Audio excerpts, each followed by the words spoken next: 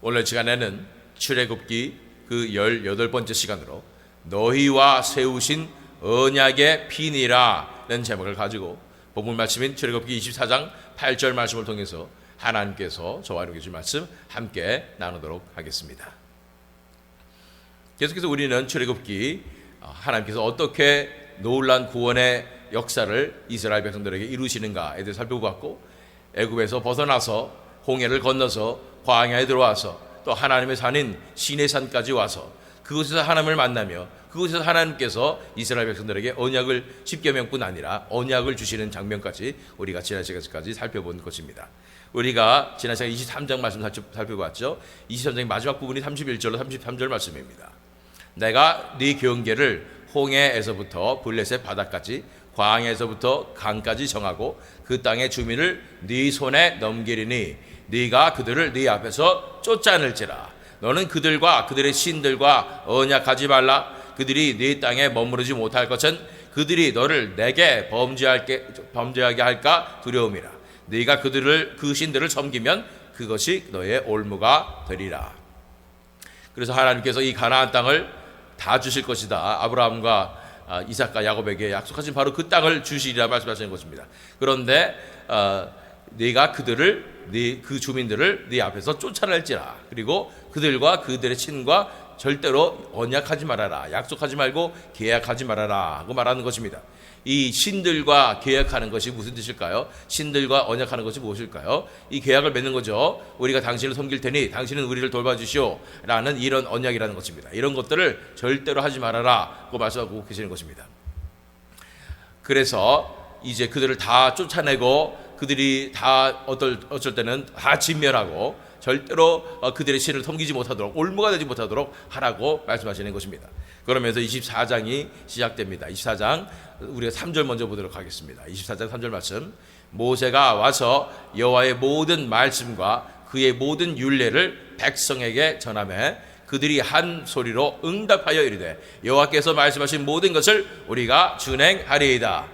말씀하신 모든 것은 무엇이었습니까? 23장에 나왔던 모든 부분과 또한 22장에 있었던 이 십계명의 부분과 다 이 모든 말씀들을 이제는 다 들었고 이것을 우리가 지키겠노라고 준행하겠노라고 하나님 앞에 선언하는 것입니다.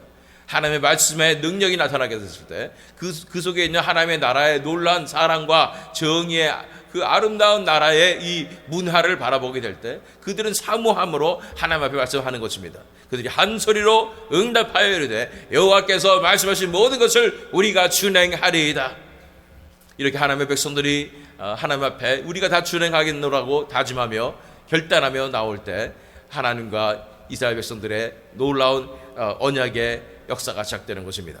4절 5절 말씀. 모세가 여호와의 모든 말씀을 기록하고 이른 아침에 일어나 산 아래에 제단을 쌓고 이스라엘 12지파대로 12기둥을 세우고 이스라엘 자손의 청년들을 보내어 여호와께 소로 번제와 화목제를 드리게 하고, 이제 하나님 앞에 나올 때 첫 번째로 행하였던 일은 바로 12지파대로 12기둥을 세운 다음에 제단을 쌓아서 이스라엘 자손의 청년들을 보내서 소로 번제와 화목제를 드리게 한 것입니다. 그 뒤에 6절과 7절 말씀. 모세가 피를 가지고 반은 여러 양푼에 담고 반은 제단에 뿌리고 언약서를 가져다가 백성에게 낭독하여 듣게 하니 그들이 이르되 여호와의 모든 말씀을 우리가 준행하리이다. 그래서 그 소의 피를 가지고 반은 여러 양푼에 담았다는 것입니다. 양푼 이렇게 이런 이 그릇에, 큰 그릇에 담았다는 것입니다. 모을에 담았다는 것이죠. 그리고 반은 제단에 다 뿌렸습니다. 그 다음에 언약서가 어디서 난 것일까요? 언약서는 다름이 아닌 바로 하나님께서 말씀하신 거, 23장에 말씀하셨던 거, 22장에 말씀하셨던 이 모든 것을 다 말하는 것입니다. 그래서 하나님의 그것이 알고 보니까 하나님의 계명인 줄 알았더니 언약서였다는 것입니다. 이렇게 계약서, 우리 집에 렌트하러 들어가면 계약서 많잖아요. 꼼꼼히 체크해야 되지 않습니까? 그런 계약서라는 거예요. 하나님과 이스라엘 백성들의 계약서인 것입니다. 언약서가 된 것입니다. 그것을 백성에게 낭독하여 듣게 했습니다. 이 모든 계약사항을 봤을 때 쉽지만은 않았지만 이스라엘 백성들은 이 계약서가 마음에 들었습니다. 그래서 그들이 이르되 여호와의 모든 말씀을 우리가 준행하리이다 라고 고백을 하게 된 것입니다. 그래서 이루어진 것이 8절 본문 말씀인 것입니다. 출애굽기 24장 8절 말씀, 모세가 그 피를 가지고 백성에게 뿌리며 이르되 이는 여호와께서 이 모든 말씀에 대하여 너희와 세우신 언약의 피니라. 그 여러 양푼에 담아두었던 그 피 있잖아요. 그 피를 다 갖고 나와가지고 누구한테 뿌렸어요? 백성에게 다 뿌려버리는 거예요. 여러분들이 백성이라면 그 가운데 서 있다 물론 다 맞지 못했겠죠. 상징적인 것이니까. 그렇지만 이 양푼을 다 가져다가 백성들에게 뿌려버리고 그 피를 여러분이 맞았다고 생각하시죠. 우선은 인간적으로는 기분이 안 좋을 수도 있죠. 그 피를 맞으니까 옷이 다 피로 물들고. 그러나 이 피를 뿌리며 이는 여호와께서 이 모든 말씀에 대하여 너희와 세우신 언약의 피니라 라고 선포하는 것입니다. 이것으로 언약이 이루어졌다고 말씀하는 것입니다. 자, 이 부분에 대해서 자세히 우리가 나중에 살펴보겠습니다. 그래서 출애굽기 24장 1절 2절에는 어떻게 시작하고 있었냐면, 또 모세에게 이르시되 너는 아론과 나답과 아비후와 이스라엘 장로 70명과 함께 여호와께로 올라와 멀리서 경배하고 너 모세만 여호와께 가까이 나아오고 그들은 가까이 나오지 말며 백성은 너와 함께 올라오지 말지니라. 그래서 하나님께서 모세를 부르시는데 이번에는 아론과 나답과 아비후는 누굽니까? 아론의 첫째 아들, 둘째 아들, 제사장의 직분을 맡게 된 그 아들들을 얘기하는 것입니다. 그 다음에 이스라엘 장로 70명은 누굽니까? 모세의 장인이 방문했을 때 백성들의 장로들을 세웠던 것을 보게 됩니다. 70명 세웠던 것을 보게 됩니다. 이 리더들인 것이죠. 이 사람들과 함께 여호와께 올라오지만 중턱까지만 올라오고 멀리서 경배하고 너 모세만 여호와께 가까이 오고 그들은 가까이 오지 말며 백성은 너와 함께 올라오지 말지니라. 그래서 모세는 하나님께 가까이 나가고 또 아론과 나답과 아비후와 이스라엘 장로 70명은 중턱에 서서 하나님 앞에 경배하고 백성들은 가까이 오지 말라라고 말씀하신 것입니다. 그래서 9절로 11절 말씀 읽어보면 모세와 아론과 나답과 아비후와 이스라엘 장로 70인이 올라가서 이스라엘의 하나님을 보니 그의 발 아래에는 청옥을 편 듯하고 하늘같이 청명하더라. 하나님이 이스라엘 자손들의 존귀한 자들에게 손을 대지 아니하셨고 그들은 하나님을 뵙고 먹고 마셨더라. 그래서 모세와 아론과 나답과 아비후와 이스라엘 장로 70인이 이제 시내산에 올라가기 시작하는 것입니다. 올라가면서 보니까 이스라엘 하나님을 보니 그의 발 아래에는 청옥을 편 듯하고 하늘같이 청명하더라. 그 발 아래에 무엇이 있었냐면 청옥을 편 듯한 이 크리스탈이죠. 이런 붉은색 빛을 띠는 그런 청옥을 편 듯한 하늘같이 청명한 그것이 드러나고 있었다는 것입니다. 하나님의 아름다우심과 놀라운 영광을 드러내는 것입니다. 그런데 놀라운 것은 그렇게 많이들 올라가서 이 아론과 나답과 아비후와 이스라엘 장로 70인까지 올라갔는데 하나님이 이스라엘 자손들의 존귀한 자들에게 손을 대지 아니하였고 이 존귀한 자들이라는 것은 이 리더들을 얘기하는 것이죠. 이 사람들에게 손을 대지 않으셨다는 것입니다. 할렐루야. 하나님께서 은혜를 베푸셔서 그들이 죽지 않은 것입니다. 이것은 하나님의 은혜가 아니면 하나님께서 베풀어 두신 방편이 아니면 불가능합니다. 우리 같은 죄인들이 올라가서 어떻게 살 수가 있겠습니까? 그런데 하나님께서 손대지 않으시는 엄청난 은혜를 베풀어 주신 것입니다. 그들은 하나님을 뵙고 먹고 마셨더라. 이들을 바라보면서 우리의 모습을 바라봅니다. 우리는 자격 없는 죄인들이고 하나님 앞에 도저히 나갈 수 없는 자들이지만 하나님의 은혜로 말미암아 예수 그리스도의 보혈로 말미암아 우리 같은 자들에게 기회가 주어져서 하나님의 존전에 나아가서 하나님을 뵙고 거기서 먹고 마시며 하나님의 나라를 누릴 수 있는 놀라운 은혜를 누리게 된 줄로 믿습니다. 12절로 14절 말씀, 여호와께서 모세에게 이르시되 너는 산에 올라 내게로 와서 거기에 있으라. 내가 그들을 가르치도록 내가 율법과 계명을 친히 기록한 돌판을 네게 주리라. 모세가 그의 부하 여호수아와 함께 일어나 모세가 하나님의 산으로 올라가며 장로들에게 이르되 너희는 여기서 우리가 너희에게로 돌아오기까지 기다리라. 아론과 훌이 너희와 함께하리니 무릇 일이 있는 자는 그들에게로 나아갈지니라 하고 하나님께서 이전에 산에 올라가서 이 율법과 계명을 기록한 돌판을 받으라 말씀하셨기 때문에 모세가 세크레터리 여호수아를 데리고 올라가면서 장로들은 여기에 머물러 있고 만약 무슨 일이 궁금한 것이 있으면 아론과 훌이 가르쳐 줄 것이다 말하는 것입니다. 15절로 18절 말씀. 모세가 산에 오르매 구름이 산을 가리며 여호와의 영광이 신의 산 위에 머무르고 구름이 엿새 동안 산을 가리더니 일곱째 날에 여호와께서 구름 가운데서 모세를 부르시니라. 산 위에 여호와의 영광이 이스라엘 자손의 눈에 맹렬한 불같이 보였고 모세는 구름 속으로 들어가서 산 위에 올랐으며 모세가 40일 40야를 산에 있으니라. 이제 모세가 시내산에 올라가는 것입니다. 그런데 올라가기 전에 구름이 산을 가리며 여호와의 영광이 시내산 위에 머무르고 구름이 엿새 동안 산을 가린 상황이 발생하는 것입니다.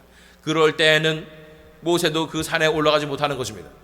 그래서 모세가 올라오라고 해서 시내산에 올라가려고 하는데 엿새 동안 이 구름이 산을 가리는 거예요. 그러니 올라가지 못하는 상황입니다. 하나님의 엄청난 영광이 있을 때, 위험이 있을 때 그 속에 나아가지 못하는 상황이 되는 것입니다. 하나님이 열어주시지 않으면 모세도 못 올라갑니다. 하나님 더 이상 기다리지 못하겠어요. 그냥 저 받아주세요 하고 갈 수 없는 것입니다. 엿새 동안 구름이 산을 가렸을 동안에 모세도 못 올라가고 기다리고 있는 것입니다. 그래도 끊임없이 기다립니다. 하루, 이틀, 사흘, 나흘, 닷새, 엿새. 드디어 일곱째 날에 마치 안식일과 같은 일곱째 날에 여호와께서 구름 가운데 모세를 부르시는 것입니다. 그래서 모세가 올라가게 되고 산 위에 여호와의 영광이 이스라엘 자손의 눈에 맹렬한 불같이 보였고 모세는 구름 속으로 들어가서 산 위에 올랐으며 모세가 40일 40야를 산에 있으니라 고 말씀하고 있는 것입니다. 이 뒤에 어떤 일이 벌어지는지 어떤 계명을 주시는지는 우리 다음에 살펴보도록 하고요. 오늘 본문 말씀 8절 말씀으로 다시 돌아갑니다. 모세가 그 피를 가지고 백성에게 뿌리며 이르되 이는 여호와께서 이 모든 말씀에 대하여 너희와 세우신 언약의 피니라 라고 말씀하는 것입니다. 이 여러 양분에 담겼던 이 피를 백성에게 뿌렸습니다. 이 피 뿌림의 의미는 무엇이었을까요? 우리 히브리서 9장 13절로 14절 말씀 읽겠습니다. 염소와 황소의 피와 및 암송아지의 죄를 부정한 자에게 뿌려 그 육체를 정결하게 하여 거룩하게 하거든 하물며 영원하신 성령으로 말미암아 흠 없는 자기를 하나님께 드린 그리스도의 피가 어찌 너희 양심을 죽은 행실에서 깨끗하게 하고 살아계신 하나님을 섬기게 하지 못하겠느냐. 이제 염소 황소의 피와 암송아지의 죄를 부정한 자에게 뿌려서 그 육체를 정결하게 한다고 말씀하는 것입니다. 거룩하게 한다고 말씀하는 것입니다. 이 피 뿌림의 의미는 첫 번째로 이렇게 정결하게 하는 것입니다. 하나님 앞에서 하나님의 백성으로서 언약하기에 앞서서 그들을 정결하게 하시는 것이 하나님의 방편인 것입니다. 이 피 뿌림을 받은 자들 정결하게 되는 줄로 믿습니다. 이 예수 그리스도의 피가 우리에게 뿌려지는 것입니다. 그럴 때에 우리가 정결하고 거룩하게 되어서 하나님 앞에 나갈 수 있는 것입니다. 자, 뿐 아니라 8절 말씀 읽어보면 모세가 그 피를 가지고 백성에게 뿌리며 이르되 이는 여호와께서 이 모든 말씀에 대하여 너희와 세우신 언약의 피니라 라고 말하고 있는 것입니다. 이 모든 말씀에 대하여 너희와 세우신 언약의 피니라. 사실은요 이 피가 언약의 피라는 것입니다. 언약을 계약을 체결했을 때 피를 뿌린다는 것입니다. 고대 사회에서 우리가 잘 아시죠? 이 계약을 성사시킬 때 짐승을 잡아서 둘로 쪼개고 그 사이를 지나가게 하는 것입니다. 한마디로 말하면 이 계약 안 지키면 이 짐승과 같이 되리라. 죽음의 계약인 것입니다. 안 지키면 죽는다. 이런 계약이라는 것입니다. 피가 뿌려졌다는 것은 바로 이 안 지키면 죽는다라는 그 고대의 계약의 관념과 같이 그렇게 엄청나게 심각한 것입니다. 언약의 피가 되는 것입니다. 이것에 대해서 우리가 놀라운 것은 언약의 피니라 어제 많이 들어본 구절 같지 않습니까? 마태복음 26장 27절로 28절 말씀입니다. 또 잔을 가지사 감사 기도하시고 그들에게 주시며 이르시되 너희가 다 이것을 마시라. 이것은 죄사함을 얻게 하려고 많은 사람을 위하여 흘리는 바 나의 피 곧 언약의 피니라. 예수 그리스도께서 이 잔을 주시면서 성찬식을 제정하시면서 잔을 주시면서 말씀하시는 것이 이것은 죄사함을 얻게 하려고 많은 사람을 위하여 흘리는 바 나의 피 곧 언약의 피니라 라고 말씀하시는 것입니다. 그래서 이 성찬식은 정말로 중요합니다. 이 성찬식을 우리가 대할 때마다 이것이 언약의 피라는 사실을 기억하시길 바랍니다. 이제 목숨을 담보로 한 그런 언약의 피라는 것입니다. 그런데 그 담보물이 예수 그리스도가 되신 거예요. 예수 그리스도가 피를 흘리셔서 직접 자신의 목숨을 담보로 하나님과 우리 인간의 사이를 다시 맺고 다시 회복시킨 것이고, 중보자의 역할을 하신 것입니다. 대속자의 역할을 하신 것입니다. 그 예수 그리스도의 피값으로 우리는 하나님과의 관계가 회복되게 되는 것입니다. 그런 언약의 피로 예수님께서 그 피를 흘려주셨다고 말씀하신 것입니다. 그 피가 먼저 우리를 정결케 하시고 우리를 깨끗하게 하시는 것입니다. 그러나 그 피는 담보물인 것입니다. 이 죽음에 이거 안 지키면 죽는다 하는 그 엄정한 이 계약의 언약의 피로서 예수님께서 그 피를 흘려주셨다는 사실을 기억하시는 것입니다. 그렇다면 엄청난 의미를 가지고 있는 것이죠. 자, 그 전에 우리 다시 한번 본 말씀 보겠습니다. 모세가 그 피를 가지고 백성에게 뿌리며 이르되 이는 여호와께서 이 모든 말씀에 대하여 너희와 세우신 언약의 피니라. 그래서 이 피로 말미암아 이스라엘 백성들과 하나님과의 언약이 성사가 되는 것입니다. 그래서 하나님께서 이 언약을 지키시고 이스라엘 백성들이 목숨을 바쳐서 이 언약을 지켜야 하는 것입니다. 우리가 성찬식을 대할 때마다 예수 그리스도를 통하여 우리는 다시 한번 이 언약으로, 새 언약으로 나아가는 줄 믿습니다.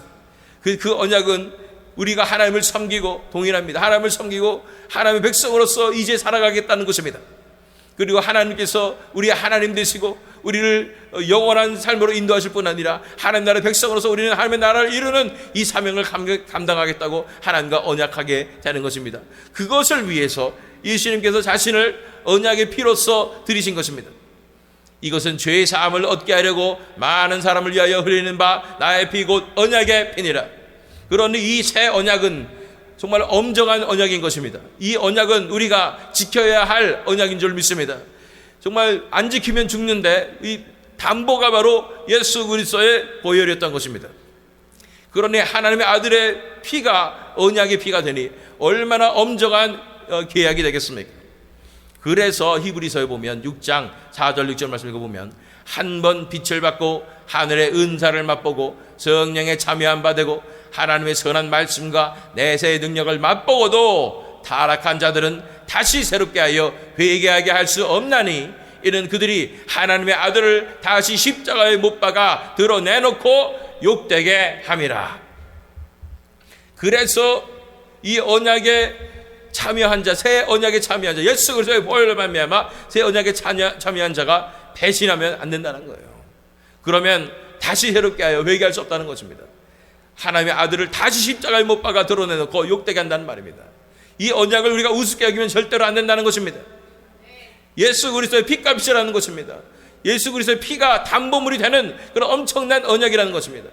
우리가 우리 인생을 예수 앞에 드리며 하나님 앞에 다시 나오며 하나님, 우리는 하나님의 백성으로 살겠습니다. 하나님의 자녀로서 우리는 이제 하나님만을 위하여, 하나님 영광을 위하여 살아가겠습니다. 예수 그리스도를 위하여 이제 내가 사는 것이 아니요 내 안에 예수 그리스도께서 사시는 것입니다. 고백하는 이런 복음의 고백으로 나오는 이 언약의 새 언약 가운데 우리는 이 언약을 끝까지 지켜내며 살아야 되는 마음으로 살아야 되는 줄 믿습니다.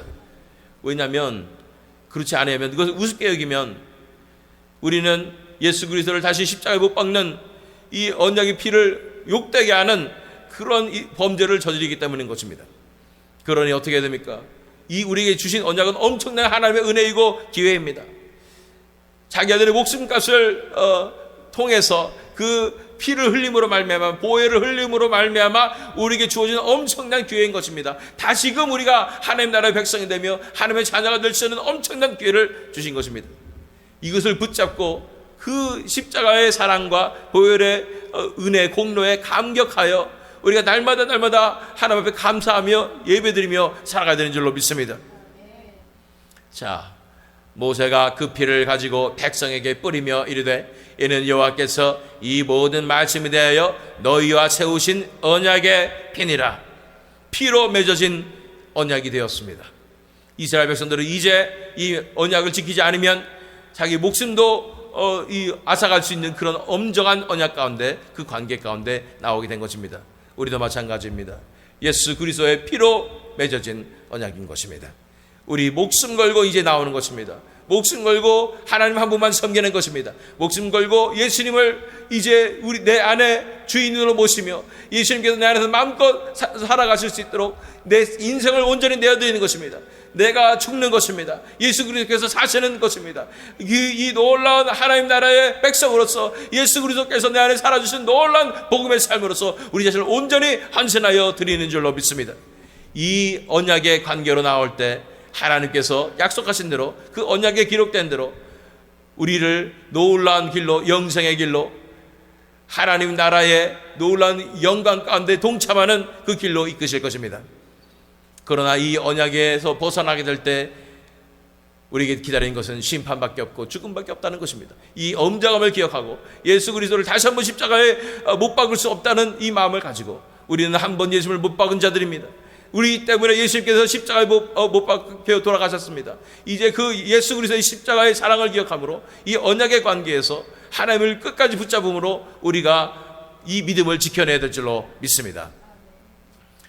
이 언약을 이스라엘 백성들에게 주신 하나님께서 우리에게도 놀란 예수 그리스도의 보혈로서 새 언약을 주시고 천국을 꿈꾸게 하시고 소망하게 하시고 하나님 나라 백성으로서 이 땅 가운데 하나님의 나라를 이루는 이 사명에 동참하게 하신 것을 바라보며 감사함으로 이 언약을 끝까지 지켜내고자 결단을 내리고 하나님 앞에 은혜를 구하며 예수 그리스도께 인생을 내어드리며 예수 그리스도의 공로로 말미암아 이 삶을 살아내셔서 하나님 나라에 넉넉히 들어감을 입을 뿐 아니라 하나님 나라의 놀라운 역사에 동참하시는 저와 여러분 되시기를, 또한 이 새믿음 장로교회 되기를 예수 그리스도 이름으로 축원합니다.